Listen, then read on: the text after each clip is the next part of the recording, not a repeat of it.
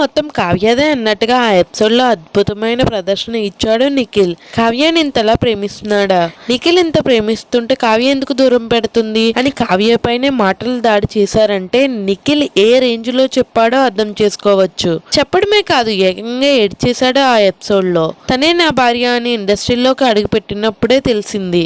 ఆమెను ప్రేమించడం మొదలు పెట్టిన తర్వాత ఫస్ట్, సెకండ్, థర్డ్ అనే బ్రేకప్ ని మర్చిపోయేటట్లు చేసింది. ఈ నవంబర్ 22తో మా ప్రేమ కావ్యానికి 6 ఏళ్లు. నేను ఆమె దగ్గరకు వెళ్తే ఖచ్చితంగా కోప్పడుతుంది. ఏడ్చినా కోప్పడినా మళ్ళీ మళ్ళీ వెళ్తా. తిడితే తిట్టు, కొడితే కొట్టు.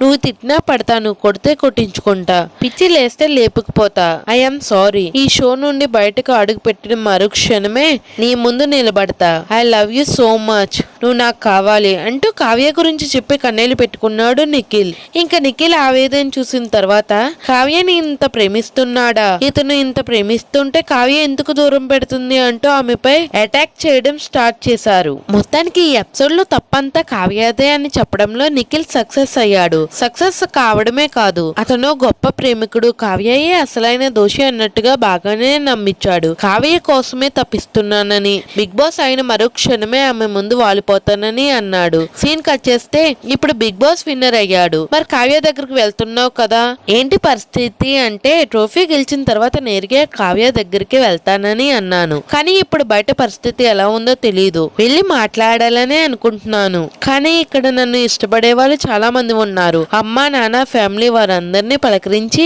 ఆమె దగ్గరికి వెళ్దామని అనుకుంటున్నా. చూడాలేమవుతుందో అని ప్లేట్ తిరిగేశాడు నిఖిల్. సరే, మరి హౌస్ లోకి వెళ్లే ముందు సింగిల్ అన్నావు, వెళ్ళిన తర్వాత బయట వేరే వాళ్ళు ఉన్నారన్నావు, అదేంటి అంటే దానికి కూడా ఆక్పాక్ కరియాపాక్ అన్నట్టుగా సమాధానం ఇచ్చాడు నిఖిల్. ఇప్పుడు అది ఏమిటంటే నేను ఒకరితో ఉన్నానని అన్నప్పుడు సింగిల్ కాదని, నేను హౌస్ లో ఎంటర్ అయినప్పుడు ఎవరూ లేరు కాబట్టి నేను సింగిల్. బట్ ఆ ఎమోషన్స్ నాతో ఉన్నాయి. నేను చెప్పింది నా ఎమోషన్స్ గురించి, నేను ఒకరిపై ఫీల్ అవుతున్న ఎమోషన్స్ గురించి చెప్పాను అంతే తప్ప కమిటెడ్ అని చెప్పలేదు. ఆ ఎమోషన్స్ నా వైపు నుంచి ఉంది. ఏ రిలేషన్షిప్ అయినా అవతల వాళ్ళ నుండి బాండింగ్ ఉంటేనే ఉండగలం, లేదంటే ఫోర్స్ చేయలేం కదా. ఫ్రెండ్షిప్ అయినా ఏ రిలేషన్షిప్ అయినా అంతే కదా అని అన్నాడు నిఖిల్. అంటే హౌస్ లో ఉన్నప్పుడేమో బయటకు వెళ్ళగానే నేరుగా కావ్యాన్ని కలుస్తా అన్నాడు. ఇప్పుడేమో తనని ఇష్టపడే వాళ్ళు చాలా మంది ఉన్నారు, వాళ్ళని కలిసి ఆ తర్వాత చూద్దాం, ఎవరిని ఫోర్స్ చేయలేం కదా అంటున్నాడు. అట్లుంటది మరి మన బిగ్ బాస్ విన్నర్ తో.